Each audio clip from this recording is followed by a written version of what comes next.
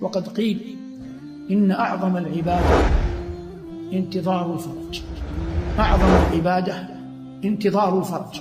وحتى يكون لك شيء من هذا، النبي عليه الصلاة والسلام ذكر الثلاثة الذين أطبقت عليهم الصخرة في الغار، فكل فرد منهم تقرب إلى الله بصالح عمله، فأحدهم ذكر بره لوالديه، والآخر ذكر وفاءه مع الأجير، والثالث ذكر خوفه من الله الذي منعه من أن يأتي المرأة وقد دانت له. ما الذي تسأله نفسك؟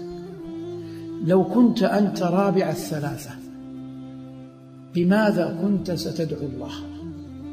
لو كنت أنت رابع الثلاثة بماذا كنت ستدعو الله؟ إذن العاقل يدخر لنفسه عملا صالحا عند الله، إذا وسد في قبره حلت عنه أربطة الكفن وفرغ الملائكة من سؤاله، جاءت هذه السريرة لتكون برحمة الله له عونا أن يكون قبره له روضة من رياض الجنة. الله يقول: يا أيها الذين آمنوا اتقوا الله وكونوا مع الصادقين.